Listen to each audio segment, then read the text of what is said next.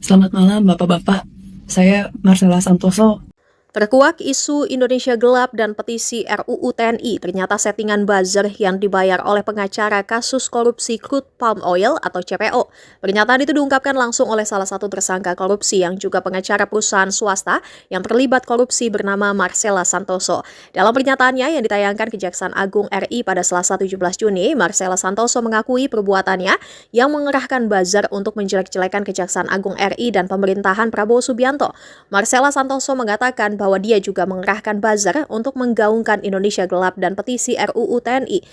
Menurut Marcella Santoso, isu-isu tersebut dipakai untuk mengucilkan pemerintah dan Kejaksaan Agung yang tengah mengusut kasus korupsi timah, CPO, dan korupsi gula.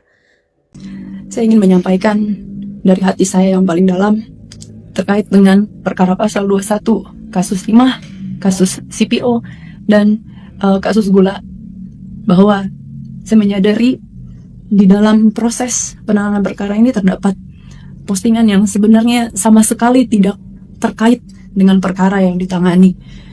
Antara lain terkait dengan isu kehidupan pribadi Bapak Jaksa Agung, isu Pak Jampitsus, isu Bapak Dirdik, dan bahkan terdapat juga isu pemerintahan Bapak Presiden Prabowo seperti petisi RUU TNI dan juga Indonesia Gelap.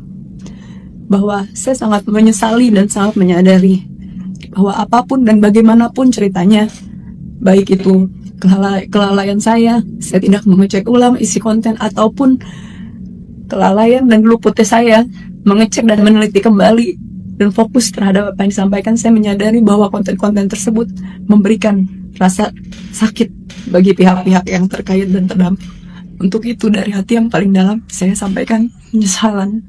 Dan saya meminta maaf kepada bapak-bapak dan mungkin pihak lain yang terkait dan terdampak, bahwa saya sejujurnya tidak pernah merasa ada ketidaksukaan atau kebencian secara pribadi, baik dengan institusi, ataupun dengan pemerintahan, ataupun dengan personal.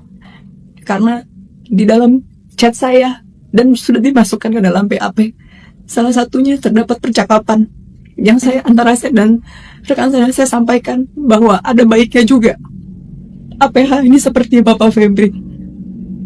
Dan sebenarnya pendapat pribadi saya juga salut dengan warna penegakan hukum dan semangat penegakan hukum yang begitu tinggi di dalam institusi ini. Itulah pendapat pribadi saya, sehingga saya tidak pernah ada kebencian pribadi dengan institusi ini ataupun pemerintahan. Bahwa hingga terdapat konten-konten yang ternyata baru saya ketahui banyak juga di dalam penyidikan ini, saya apapun dan bagaimanapun ceritanya saya sampaikan permintaan maaf, terutama bagi pihak-pihak yang tersakiti dan terdampak, bahwa saya tidak bisa melakukan apapun. Saya sebagai manusia, saya hanya bisa meminta maaf, dan saya akan mendoakan bahwa rasa sakit, rasa ketidaknyamanan yang dialami oleh pihak-pihak terkait dan terdampak akan dipulihkan oleh Tuhan dan akan dibalas dengan berkat dan berkah yang selalu berkelimpahan dan melindungi perjalanan karir Bapak-Bapak ke depan dan perjalanan pemerintahan Indonesia yang sangat saya cintai ini. Ya kono didol goblok.